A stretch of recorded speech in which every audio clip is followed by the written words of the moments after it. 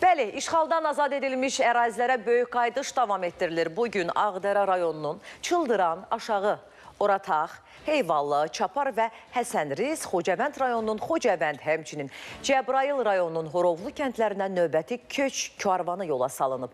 Doğma yurda qayıdanlar Respublikanın müxtəlif yerində, əsasən yataqxanalarda, sanatoriya və inzibati binalarda müvəqqəti məskunlaşmış ailələrdir.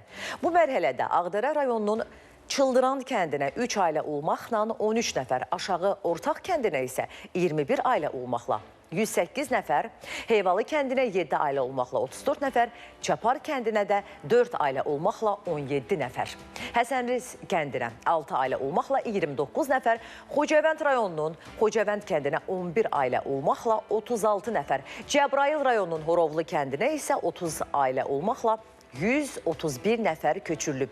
Evlərinə qayıdan sakinlər hər tərəfli dövlət qayğısı ilə əhatə olunduqlarına görə Prezident İlham Əliyevə və birinci vitse-prezident Mehriban xanım Əliyevaya təşəkkür ediblər. Onlar həmçinin torpaqlarımızı işğaldan azad edən rəşadətli Azərbaycan ordusuna, qəhrəman əskər və zabitlərimizə minnətdarlıqlarını bildirib, bu yolda canlarından keçən şəhidlərimizə rəhmət diləyiblər.